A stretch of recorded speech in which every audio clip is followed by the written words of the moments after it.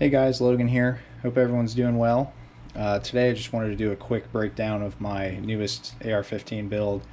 I have about 500 to 600 rounds on this so far, so I'm not giving you like a long-term reliability sort of video. It's just a quick breakdown of the parts I have on here and what I think about them so far. So go ahead and get started. Up front I have a Surefire war comp for muzzle device. This is pinned on here because it's a 14.5-inch barrel, and the pinning was done by D. Wilson, and they do exceptional work. So if you need pinning welds done, that's a good route to go. The barrel in this rifle is a Criterion Core 14.5, like I said. 1 in 8 twist. That's their 223 Wild chamber. These barrels are exceptional. They do a good job. It prints well with 55 grain M193 stuff, and I have yet to put 77 grain through it, so we'll see how that does at some point. And it is a mid-length gas system. For the light, I have a Arisaka body, Mod Light PLH V2 head, and then a Surefire tail cap and pressure pad assembly, and so far so good. It's worked well. For the rail, I have a Centurion Arms quad rail. These are cool. They clamp to your standard mil-spec barrel nut. And if you're familiar with Forward Control Designs, they have a similar system. It's actually made by Centurion Arms for FCD, and it locks up great. I'm not entirely sure if they hold zero or not. I'm sure somebody in the comments could tell me if it does. The only thing I really have to test that is my backup irons, so only time will tell.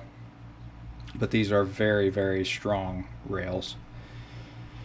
For backup sights, I have the Troy aluminum backup irons. These are the battle sights, and they just fold away when you don't need them, and they flip up when you do. So, and there's the rear one. For the upper receiver, this is a Blem from BCM. As you guys know, I am a huge fan of BCM, and their Blems are pretty cool. You can get them for 50 bucks. I've seen them on sale for. So and this had just a very small scratch on the internal bore of the where the barrel extension fits into. So with the barrel in there, you can't even see it. Everything's in spec, and it's a nice receiver. So within that, I have a Micro Best bolt carrier group. This is their phosphate one, just like my other rifle. If you guys watched my other video on my other rifle, you'll know I'm a huge fan of Micro Best.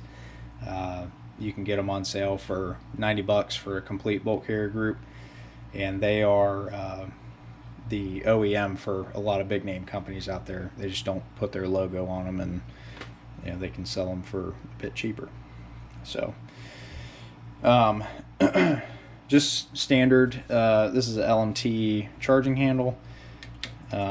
Nothing special. It's got a bigger latch on it and a little easier to grab. So for the lower, this is a LMT Mars L. Great lowers, ambidextrous. I'm not a lefty, so I don't use it for its true purpose, but it is nice to lock the bolt back using your trigger finger to lock the bolt back. So for the trigger, I have a Geissele SSA, and for whatever reason, this one is it seems to be better than most of them, and they're all wonderful triggers. This one just feels like glass for whatever reason. I don't know if it's well broken in. I did buy it used, but to my knowledge, it only had, you know, a few rounds sent through it. So yeah, it's a nice trigger. I would recommend that to anybody. Just a B5 grip here. This has more of a vertical angle to it compared to, you know, your standard A2 grip or whatever, and that feels good to me, so that's what I went with. Moving back, this is a Voltor A5 system. So if you're not familiar, it is a intermediate length system between a rifle and a carbine, but it takes a rifle spring. So your buffer is a little bit longer, it's a little bit heavier than a carbine, and your spring is a rifle spring, so it's naturally going to be longer. I don't notice anything drastic when it comes to recoil impulse, but it does smooth it out a little bit. It's not like it, you know, gets rid of recoil. I know, you know, it's an AR-15. 5.56 doesn't have much recoil at all to begin with, but, you know, just give yourself as much advantage as you want. And I've had no reliability issues with it. I do have that staked on here in 2 places, like you should. I'm sure you guys will debate about that in the comments. I did build this lower out myself. Actually, this complete rifle I built out myself, and you know, I'm very, very happy with it. Just a B5 SOP mod stock. These, you know, it's a stock, it's comfortable and works well, and you can fit batteries in it and, you know, do whatever you want to do, Skittles, Smarties, whatever. For the optic, this is a Aimpoint PRO.